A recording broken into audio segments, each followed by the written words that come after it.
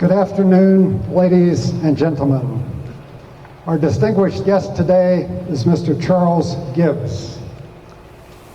Motivated by an early trip to a world-famous West Virginia cave, Charles took it upon himself to improve the few designs of mechanical climbing cams that were available at that time.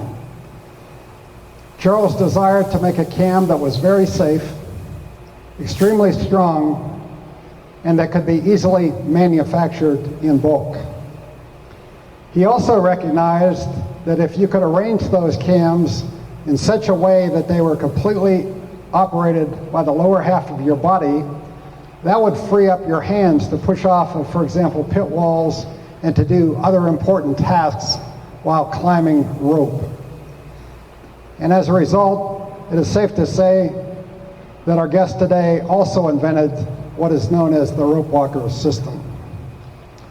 Many of the people in this room, I'm sure at some point in their caving career, were deciding whether they were going to invest in Jumars from Europe or Gibbs ascenders. And many of the men that I caved with went through that thought process also. In many of those cases, these gentlemen selected Gibbs for a number of important reasons. One is the Gibbs ascender had been proven to be extremely safe. The Gibbs ascender was very strong. In fact, each one was individually pull tested to 1,000 pounds before it left the factory. We were attracted to the fact that the Gibbs ascenders were made in America, and we also liked the fact that a Gibbs cost only about half as much as the competing Jumar. The Gibbs ascender, it set records,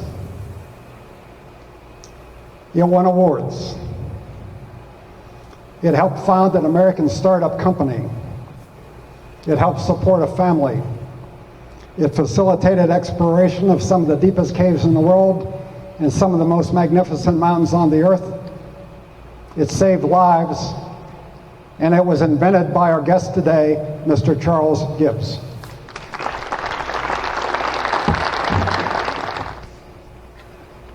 I've been a bit nervous about doing this talk, and so a couple of weeks ago I talked with my friend Bill Cuddington and explained that to him, and he said, "Well, Charlie, don't worry, you'll be fine.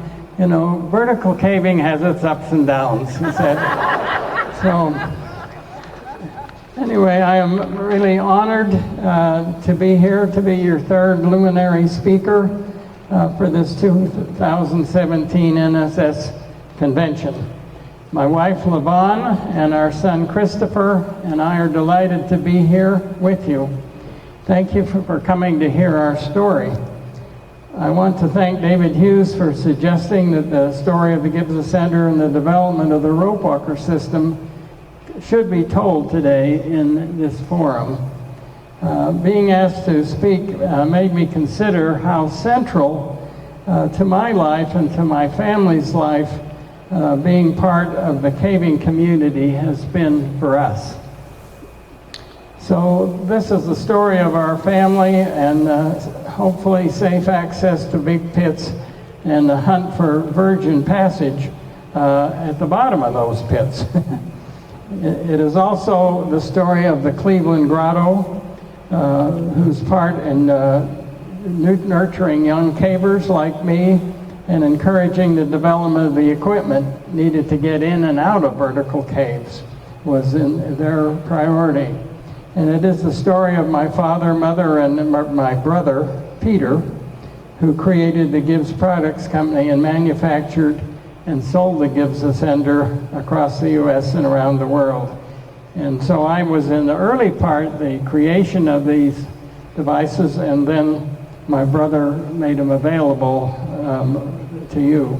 And now that I'm 76 years old and can look back 50 years, the Gibbs ascender continues to be one of the bigger picture, is part of the bigger picture where vertical pits have moved from cable ladders with a belay or a first rope with a second rope as a belay to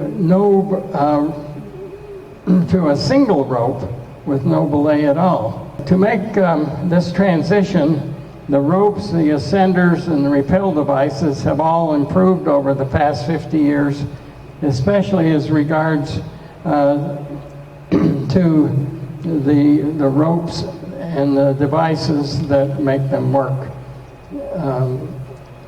You know, I'm not sure how many of you would want to do a 120-foot pit like this Devil's Dungeon down in Alabama. Bill Thoreau gave me this photograph after he and Bill Cuddington took me into the surprise pit in Fern Cave back in 1969. And that was really one of my best caving experiences ever. That was really something. You know, fortunately, braided ropes like Samson 2-in-1, Blue Water 2, and the PMI ropes have really replaced the cable ladder and the belay rope, except for the short drops. And Vertical Bill Cuddington was a leader in finding and testing and making stiff braided ropes available to cavers. We all owe a lot to Bill Cuddington. And then John Cole and the Alabama cavers developed the rappel rack, which was a big help in descending the big pits by making the friction drag adjustable and by eliminating the spin on descent. Well, I get seasick pretty easily, so that was really a big help to me. So I have a question for you. Are vertical caves a good source for finding unexplored cave? My interest in vertical caving was really kindled by this idea that if you get down this big long drop, that there ought to be something really interesting down there, and you could be the first one to see it. So for me, this was a big draw, and we'll kind of get back to that question a little later. Where do you find these big drops and virgin cave? So I grew up, give you a little background. I grew up in Utah, where I had been to several caves and where my dad was a scout leader. And myself and my brother Peter went camping and hiking and hunting and fishing. In 1964, I married LaVon, and we moved to Cleveland, Ohio, so I could attend graduate school at Case Western Reserve University.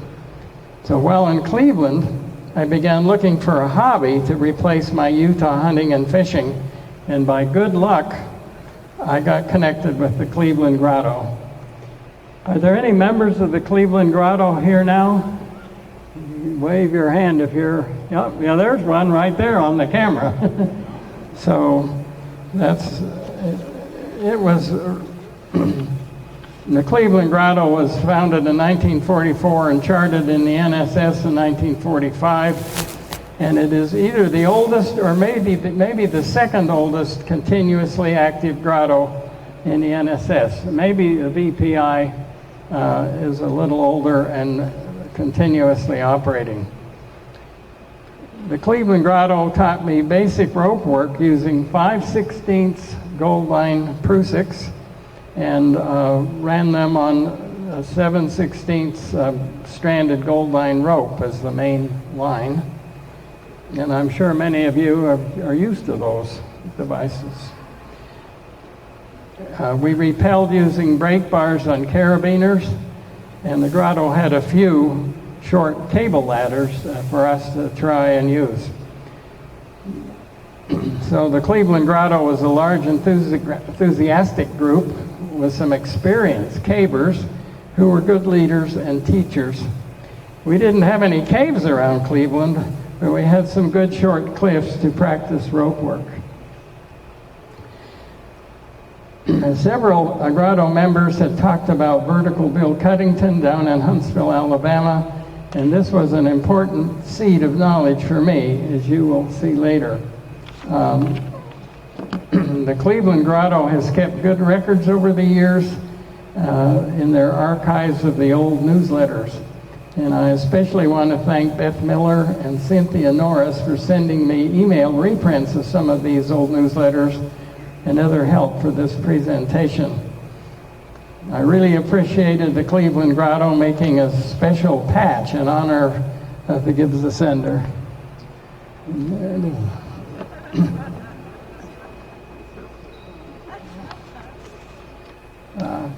So what was the motivation for working on Ascender and on the Gibbs Ascender? And the motivation to develop it and the Ropewalker system occurred in Schoolhouse Cave, Germany Valley, West Virginia on February 18, 1967. And I'm sure that I got the date right after reading the Grotto newsletters. So it's almost 50 years ago today that I got stuck in Schoolhouse Cave. We were making the last climb to exit the cave from the nick of time up to the jumping off place. And our trip leader, Myron Kenyon, had already made the ascent, and thank goodness for that, or I may still be there. He was waiting for us and the rest of us up at the jumping off place, and I was the second climber. I climbed up the steep slope from the nick of time, and then a 15-foot vertical climb to an undercut ledge. And I was not able to step up and pull the rope out of a crack and could not get up on the ledge. Unfortunately, I was starting to lose the circulation in my arms. I had kind of a heavy pack with small straps. And I knew that my time was running out. I had to do something, so I was fortunate to be able to prusik back down to the nick of time, take the weight off the rope, and get Myron to rappel back down and re-rig the rope out of the crack. And then I was able to make the climb back to the jumping off place. Now this was the motivation for developing the Ascender and the Ropewalker system. I needed some way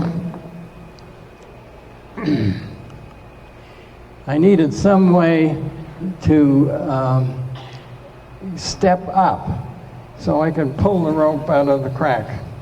Now, so this was developed just for one cave, one spot. So I needed some way to step up to get the darn rope out of the crack. I kept thinking of what might work in place of hand-level prusik knots. My brainstorm, I guess, was I needed to find or make some kind of ascender operated by the legs and not the arms. So after exiting the cave, I began looking for an ascender that could be attached to one foot to allow the caver to step up and get onto the undercut ledge in Schoolhouse Cave. You know, you might assume that I had a sudden inspiration about cam ascenders, made some sketches, ran to the machine shop, and made one or two, you know. No, it didn't happen that way. It wasn't that easy. I met a caver, I believe it was Al Lear from the Baltimore area, and I purchased a homemade cam ascender from him. It was small and lightweight. I made some changes to increase its strength and grip, which I'll discuss in a few minutes. Now, cam ascenders, or rope cleats they were called sometimes, are used in the sailboating industry for checking sails and for adjusting the rigging. So cam-type ascenders for use on ropes were not new. I didn't invent that, but they were not well adapted or available for caving. Before getting into the details of my ascender design, let's take a closer look at Schoolhouse Cave, where I got stuck. How many of you have been in Schoolhouse Cave? Oh my goodness, great. I may need you to come up and help me on this part. So that's wonderful. I'm going to use some of the cave art of Tom Culverwell to describe Schoolhouse Cave. And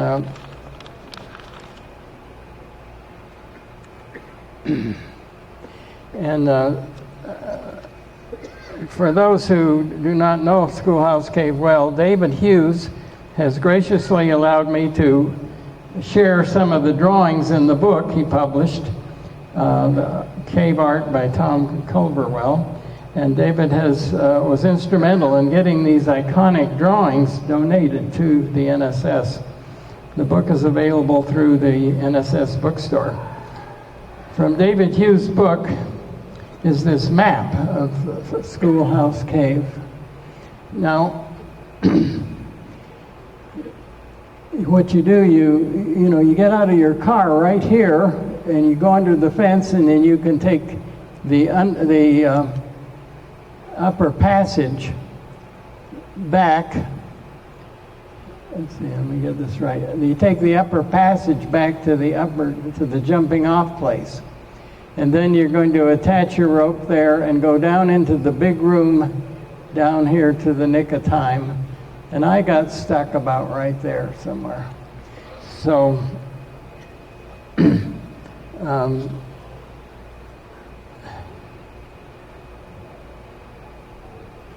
so this Schoolhouse Cave is kind of opposite what I'm used to exploring. You usually kind of go in on the bottom level and the water's down there, and you look up domes and look for places you could climb up to see more cave.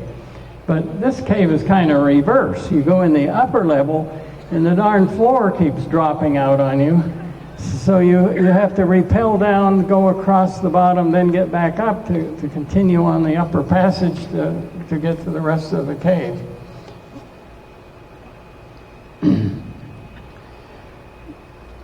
So let's take a little closer look. So here's the jumping off place.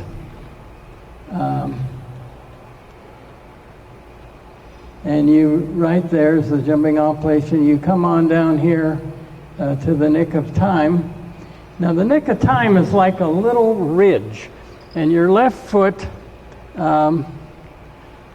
is right on the edge of this north well, which is about a 60-foot drop on down. So you don't want to step too far to the left.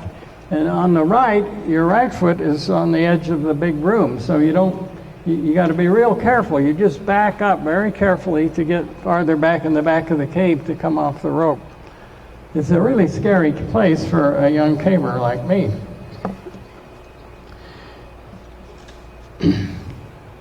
So again, I got stuck just above the nick of time, right about in here somewhere. If you notice on the map, there are really a lot of interesting names. So when you find a new cave, really take time and make some good names. You know, here was the Guillotine Rock, the Grind Canyon, the Nightmare's Nest, the Rib Fiddle. I mean, these are really interesting names. And the jumping off place in nick of time, of course, or two. The Pendulum Pit is one of his famous drawings. And here's one of his iconic drawings that was, he had the big eyes. Now, Tom Culverwell was one of the explorers of the early group, and he was there caving with his friends. There was one woman in the group, and so this drawing became part of the old NSS emblem or patch. And today, if you look at your patch, he's gone. And my understanding is, and I'm not sure exactly how true, but it kind of looked like he had his hand around or close or touching the couple of stalagmites. In that part of the cave, you really want to hold on to everything you can, but the NSS, I believe, redesigned the patch so that it looked like that we weren't touching or hurting any of the formations. So that has changed our patch. So here's the cover to David's book, Cave Art of Tom Culverwell. And you see you're kind of going along this passage, and boy golly, it'll drop you in a hole if you're not careful. And this is a view of the Pendulum Pit. And here are a couple of his iconic drawings with the big eyes. Here is the woman in the cave group looking into the south well. And then the Pendulum Pit. So now I'd like to talk again about, or focus now on the design of the ascender and how it was built.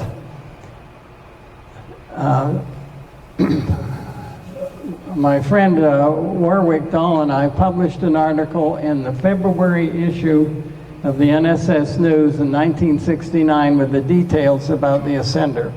And this was our chairman at that time, Dick Schwertle, and you see he's got a ascender on the foot, one on the knee up here, and he doesn't have a helmet, has a light on his helmet because he's on one of the Cleveland cliffs. And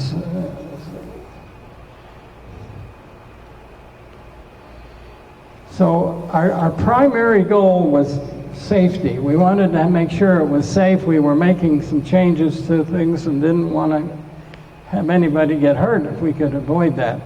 So we wanted to make it as safe as our main attachment at that time to the main rope, and that was a 6-wrap Prusik knot. And we were using the 5/16 gold line Prusiks. So we wanted the hand and foot movements to be independent. That would let you do the walking system. You wanted it efficient. You wanted you to climb with the legs, not the arms, and make it easy to ascend overhangs, especially the one in Schoolhouse Cave. Compact and lightweight, and work well on wet, icy, and muddy ropes. And I guess the slickest, greasiest mud is bat guano. So that really is the thing to test it on, right there. And Bill Cuddingen described a time when he actually had to make sure his 6-wrap Prusik would hold when he got into some of that kind of slimy mud. So in the article, this published 2 years after I was stuck in Schoolhouse Cave. So this is 48 years ago. And Rick and I tried to give you all the good details of our thoughts. So we had one cam ascender on the foot, down here. There it is. And one on the knee. And we had an elastic strap holding it against the knee, and then to lift it when you stepped up. And then this was a webbing. It went up to your harness.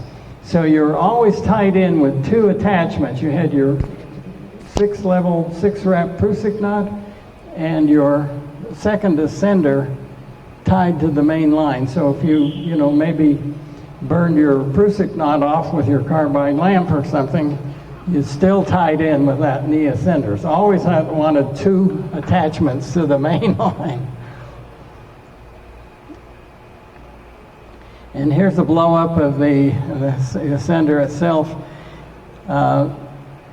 It's when you step down on your cling to your foot, it tightens the cam, and there's a pin that goes through here. It can be just a bolt with a cotter pin, but we use these Avdel quick release pins. They were a little easier to use. And here's some Samson 2-in-1 rope we were using at that time. But the grip of the ascender is determined by the surface of the cam where the teeth are. It's an involute surface, and it squeezes the rope against the inside of the cam. Now here are the dimensions that we recommended for the shell, outside shell of the cam, and we even told you how to make it, and that was you put a plate on over a slot and press it down into the slot. And the university there at Case Western Reserve, I had access to some presses and some testing machines that we like to use. So we used 6061 T6 aluminum because it was hard. And now here's the cam detail. And again, the important part of the cam is the involute surface with the teeth. So if the involute surface is very quick acting, then you have a very short step. And the short step makes it efficient. You can change rope sizes easily, but it doesn't have very much gripping strength. And like the Jumar, in the Jumar, they don't even have this part of the ascender. They just have a spring that you attach to the frame or the shell, and then and then they rely on the teeth to hold the ascender in place. You have to have the sharp teeth to hold it. So, and our teeth are not so sharp. I went back in twice and redesigned changed the involute so that if the teeth were worn off and smooth, it would still hold. It would barely hold. And if you make the involute surface very shallow, and very slow acting, then it's not as efficient. You have a bigger stroke, it won't work on as many sizes of rope, and it might stick a little bit on opening. And so it's a trade-off there. Now we used 356 aluminum because you could harden the surface, nitride it and harden it, and so it didn't wear as fast. We like to test things. When we tested the 4-wrap Prusik, it was not a self-locking knot like we thought. About 460 pounds of pull with these 5/16 Prusiks, it would start to slide down the rope. It didn't go fast, it just was slowly would pull down. Now if you made a 6-wrap Prusik, then it was self-locking, and it would break about 1,600 pounds. And so we kind of came up with that 1,000 pounds was a nice round number, and we would test every ascender to 1,000 pounds. We didn't want to pull them so hard that we would damage them, but we wanted to pull them hard enough that if there was a defect that we would find it.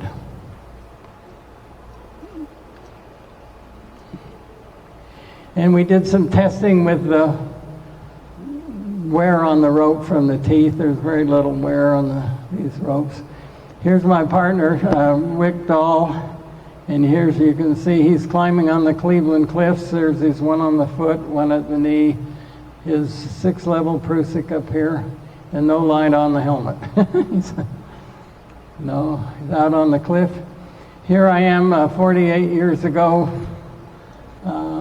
and I'm checking it for the step up for Schoolhouse Cave. See, there's my low ascender, here's the undercut ledge, there's the knee, here's my 6-wrap Prusik right in here. And we're always tied in from the knee ascender on up to the body harness to make sure we had 2 ties to the rope. Actually, we kind of discovered by chance that there was another advantage of this system. And you could put your ascenders on before you rappelled into the pit. And, if you rappel down that pit and you could see your rope swinging about 40 feet off the bottom, you need to shift in reverse to go up and get a longer rope, And that's happened to me at least 2 or 3 times. That's really kind of unsettling. It's as bad as getting stuck. And then you can have trouble during rappel. You can come to water coming in at a lower level. You can have loose rocks and things. It's nice to be able to change directions if you need to. And you don't forget your ascending gear either. It's already with you. This is my brother Peter. I want to talk to you a little bit now about the Gibbs Products Company.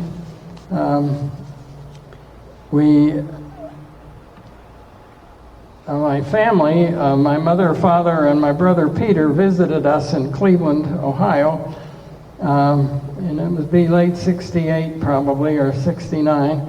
And I just casually mentioned, why don't you manufacture these ascenders?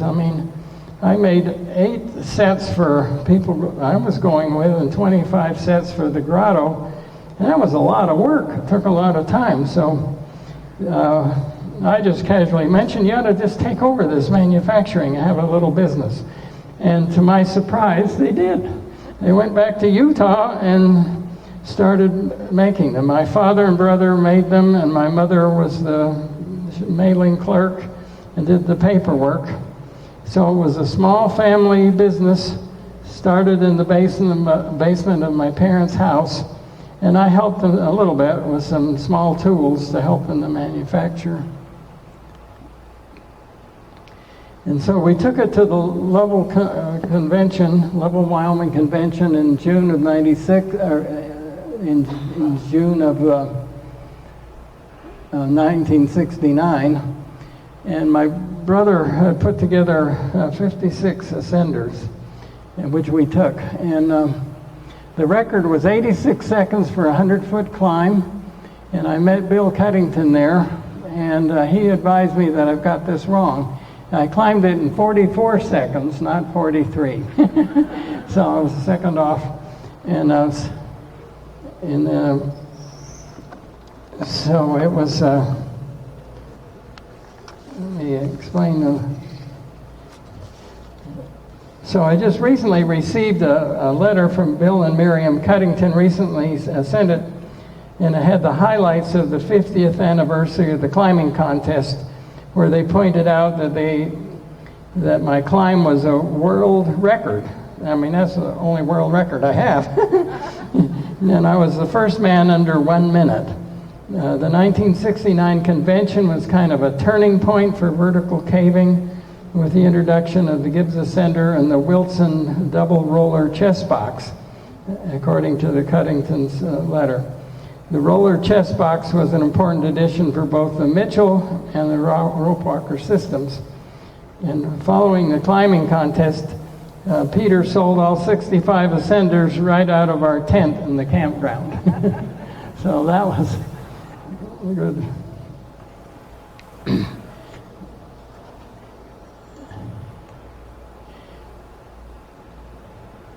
I met a lady here at the convention in California. I can't remember her name at the moment, but she saw the climb back in '69. So that was really a nice remembrance for me.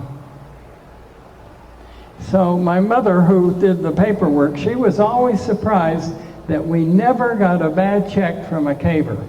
I mean, the caving community is really nice people and honest and hardworking people. And a lot of us cavers are today young, without a lot of resources, college students in particular. The cavers took advantage of the large order discount, and the mountain climbers did not. My brother was a mountain climber, and he kind of got the mountain climbers interested in it. And later, when he took over the manufacturing, he made some that were bigger and stronger for the rescue crews. So every small business needs a field rep. And here's ours. This is Bruce Smith. and Bruce was just the best, great teacher. He showed a lot of people down there in West Virginia what it was and let them try it out. And he was just a great salesman. And you see he's standing out in the field, and right behind him is the sign, "Make peace with God." So that's the entrance to hellhole, So he's in the field. Anyway, on this convention, I got to talk with Mark Minton and Yvonne Drones and another fellow from their group. And when I was going into hellhole in '69, it was about a mile or 2 mile in length. And then I asked him, well, have you found any new cave? Well, counting some of the new additions of the caves, they have 43 miles now. It's just hard to believe how much cave has been there.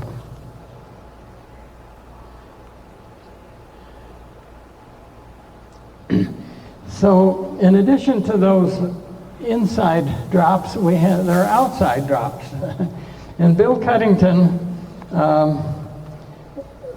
started doing some of these outside drops, and it was really always a great adventure to be invited to go on one. And here's Bill Cuddington here. And this is at Laurel Knob, North Carolina. It was a 1,500-foot drop over. A lot of it was not free fall. It was against the mountain. And there he is rigging that drop. Bill Cuddington was a super rigger, And he did all parts. He was interested in descending, ascending, and rigging, and we always relied on him for the rigging. That was the most difficult part. He was just a master rigger and a great companion for a trip like that. Someone you really trusted.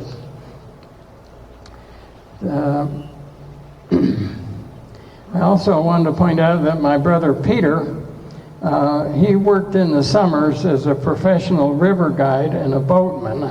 He first on the Colorado River in the Grand Canyon, and then later on the Middle Fork of the Salmon River in Idaho.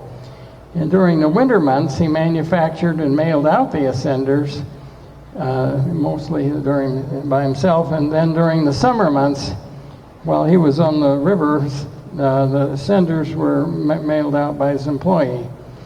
And Peter, in addition to being a professional river guide, he is a rock climber, and twice he climbed El Capitan in Yosemite.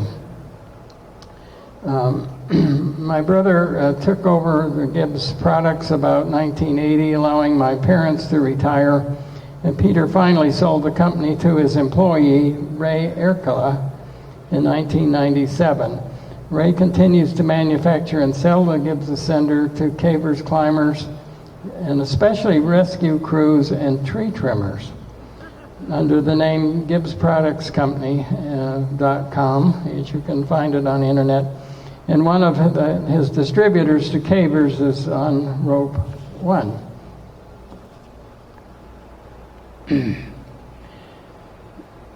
So in addition to doing the cliff drops at Laurel Knob, Bill would take trips to Chimney Rock and Whiteside Mountain, North Carolina. When I spoke with Bill recently, he said that these big outside climbs were done in part to prepare for a really big yet undiscovered cave drop that would probably likely be found in Mexico. And these big climbs are really a challenge to rig. And Bill, of course, as I said, was the master rigger. So Chimney Rock was about 340-foot drop, and Whiteside Mountain around 600.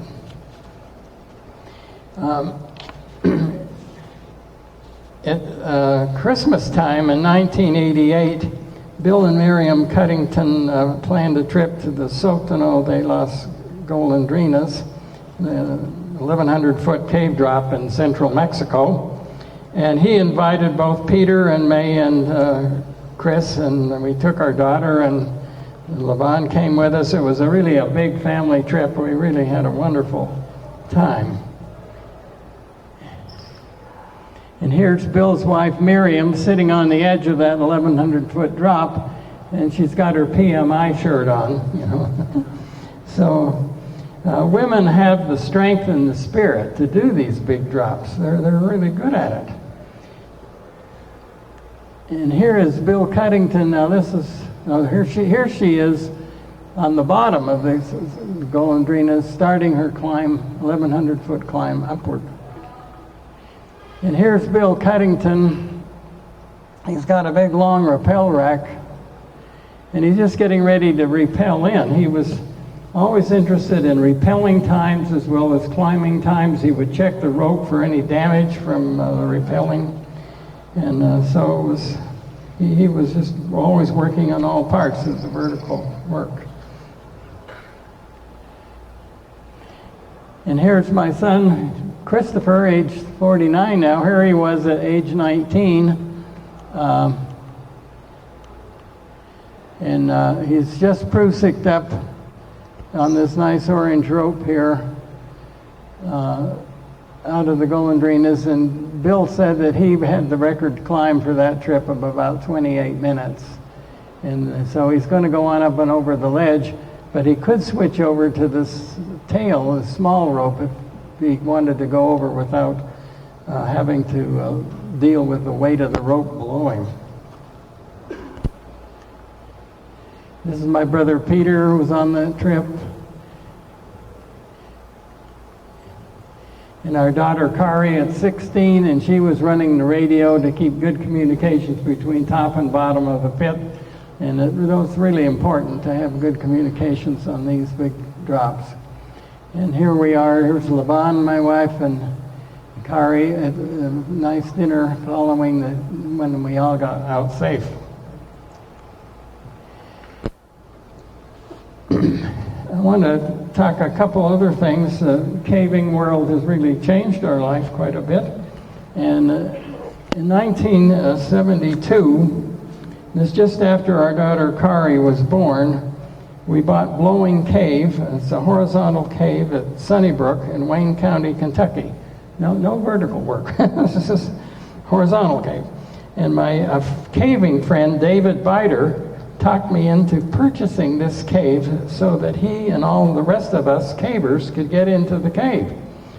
And this was a real adventure for us, as we didn't even own a house at that time. We had a 3-year-old son as well as a new baby, and lived the whole day's drive away up there in Cleveland.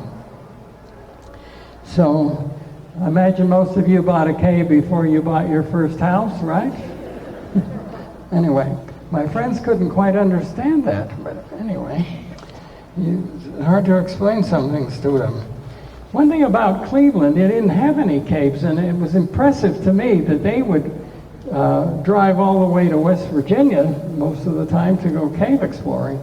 And so it just made it seem like a really important sport to get started in. At that time, when we bought the cave, it had about 1.5 miles of known cave at that time. And with Bill Walden and Randy Paylor exploring and mapping the cave is now over 5 miles long, and they expect it to grow to as much as 7 miles, be one of the longest caves in Wayne County, Kentucky. And I don't know, Bill, are you here? Or Bill is here. And is Randy Paylor here? Is Randy here? No.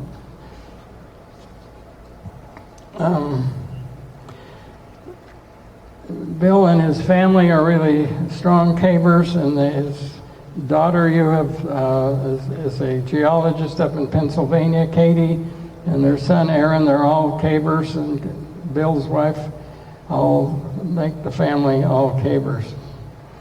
The Wayne County Museum, I wanted to mention that is free. See, another joy that came to us through the Caving Connections is sharing in the work that Bill Walden has done in the development of a cave museum in the small town of Monticello, Kentucky, southeastern Kentucky. The Wayne County Museum is free, open to the public, and actually consists of a real cave that was used in the 1930s to air condition the museum building. My wife, Levon, gives tours there and tells true cave adventure stories to the children and their parents that visit the museum. When you come caving in South Kentucky, be sure to visit the museum in Monticello.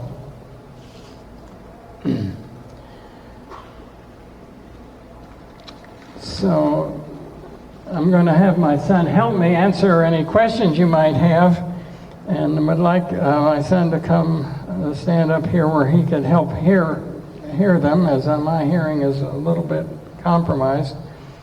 And he is going to be, let me back up one other thing. We also bought this Reese Pit. It's about 1 mile or 1.5 miles as a crow flies from Blowing Cave. And we believe it's the deepest pit in Kentucky. It's 212 foot deep, and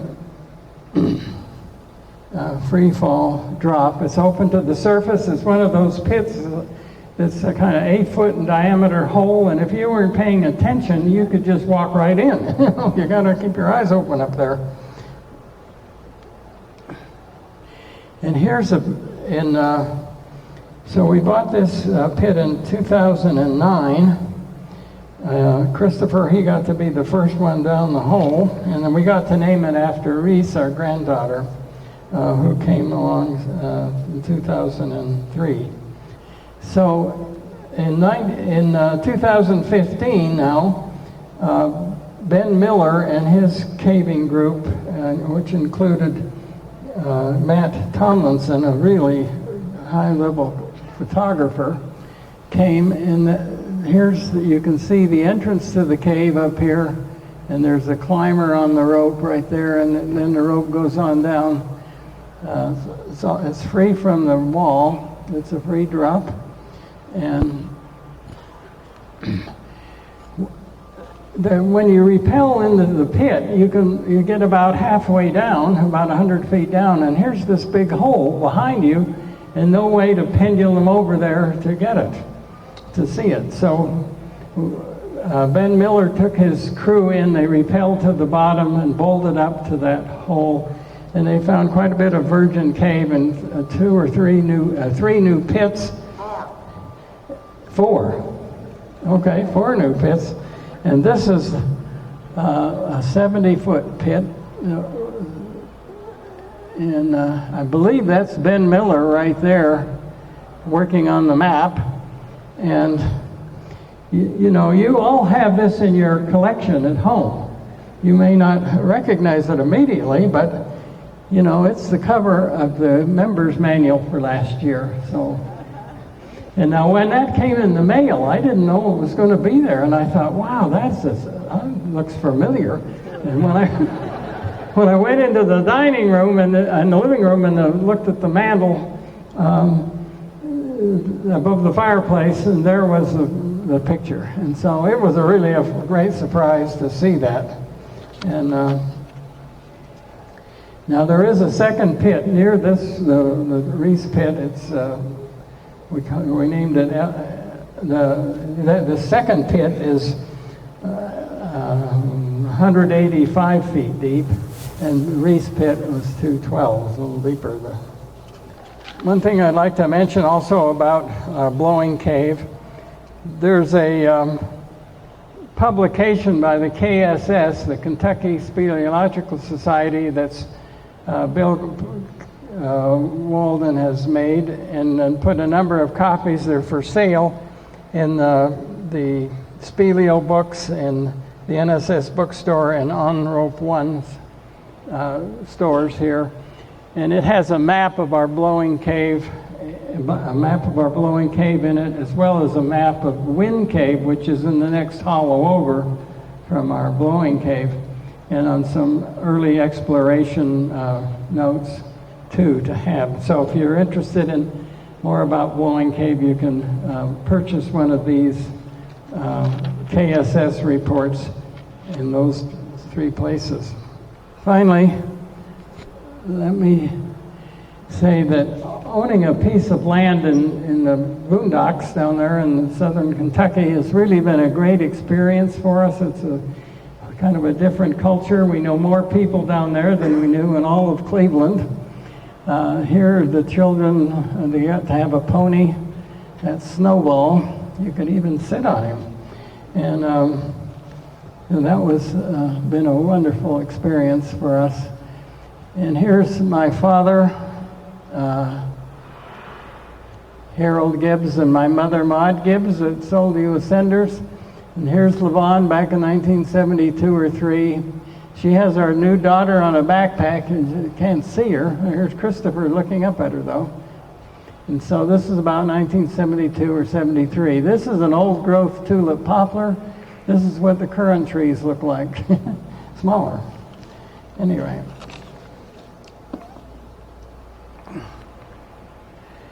And here's Christopher. He's on an REI climbing wall up in Minnesota with our granddaughter Reese. She's 7 now. She's still got to get a little more experience before doing her own pit. But here she is practice climbing, and Christopher's helping her.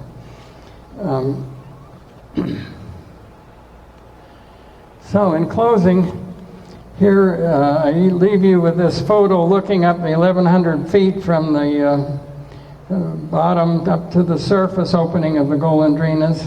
And it's my hope that the Gibbs Ascender has made your vertical caving a little safer and a little more adventuresome.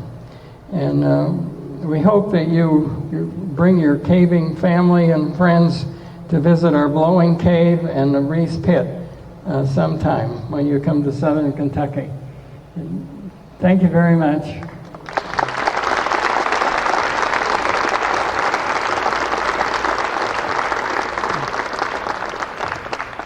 Now, ask Christopher, are there any questions that we might be able to? How close is that to Floyd's knob where your taser at? How close is it to Floyd's knob?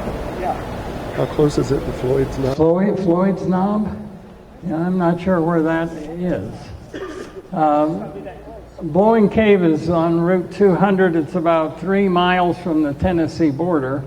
You know, the limestone gets thicker as you go down into Tennessee, so this is about as thick as the limestone's going to get. And for Reese Pit here, or for Blowing Cave. They're both pretty close to the Tennessee line. How many revisions have you made in your Ascender? And you got the rerunning and the spring load. Can you talk about that just a minute? Well, I made in the early days when I was doing the changes, I made 2 different versions of the involute surface of the cam, to make it so that if the teeth were worn off, it would still barely hold.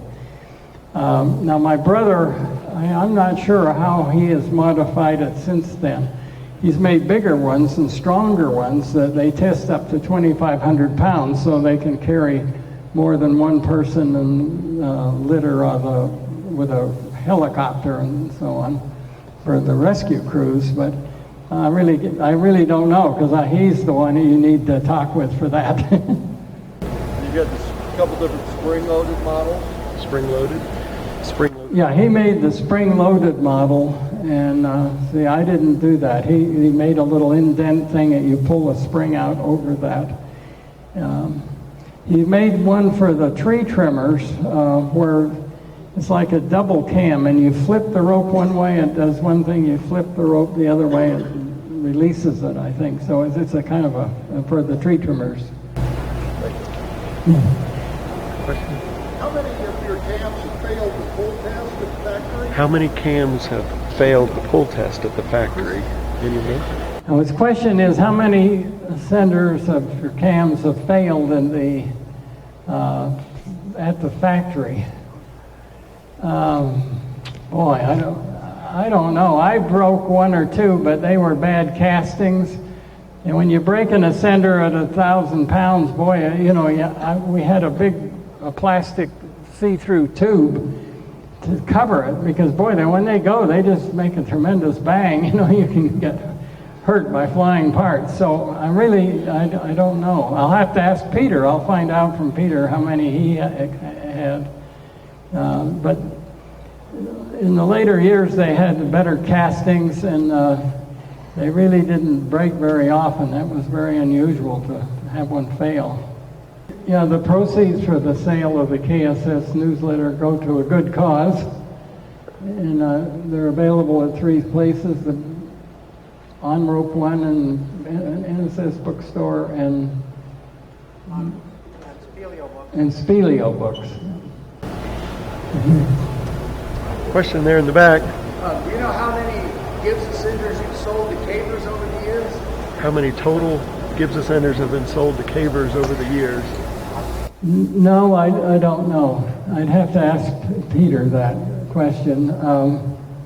I've asked the purchaser who purchased the business from Peter, says it's sort of leveled off. It hasn't grown a lot. It's stayed about the same. But the 2 biggest buyers now are the tree trimmers and the rescue crews, and it's about equal. There are not as many now as cavers or climbers now. Gerald? Bruce. Bruce Smith. One of the Nile highways about 1980, I guess. I did a history study on the Gibbs at that time. It was 50,000 that sold. But I don't know what. So about 50,000 were sold when he did a report. You want to see it after? And the date of that report that you did was 1980? Somewhere around that. About 1980. Or 1990. 1990. No, 1980. 80 to 90, and it was about 50,000. He thought it was, about 50,000 pieces? I called Peter and asked Peter. He said there was about 50,000 pieces. He heard that from Peter. Oh, he heard that. You heard it from my brother Peter. Yes. Yes. Ask all the people that have Gibbs to stand. Ask all the people that have Gibbs ascenders to stand in the audience. Okay. Yeah. He suggests ask people in the audience who have Gibbs ascenders stand. Oh my goodness. Thank you very much for your support. Have you had any ascender fail? Have they broken or? Well, good. Where'd you have your cast? Ordered you out. Where'd you have the cams cast? Where were they cast? Were they cast in the U.S. or? I know some of the bigger ones were cast in California, but they were all cast in the U.S. And I think some were first cast in Utah, but then he got a new supplier in California and he also made some forgings out there to really get the density of the aluminum high. Boy, we need Peter here to talk to you to answer those questions. What did you do your graduate work in that you had time to actually cave? What did you do your graduate work in that gave you time to cave? Well, my graduate work was in engineering. My colleagues from Utah were all going into the military kind of things, and I didn't want to. So I went in the bioengineering group, and I became a one-man part of a dental group. So I studied chewing and biting forces and clicking jaw joints and things like that, you know. So I know more about chewing than the average bear, but it's hard to market that.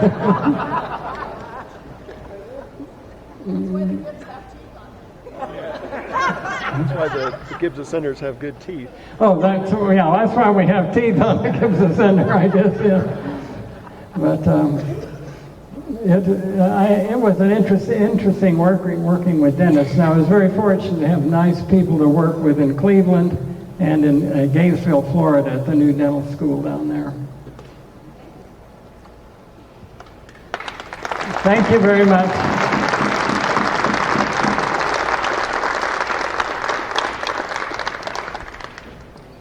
I turned it off now. Thank you, Charles, for an excellent presentation. Thank you for attending, ladies and gentlemen. We look forward to seeing you at the Luminary series at next year's convention.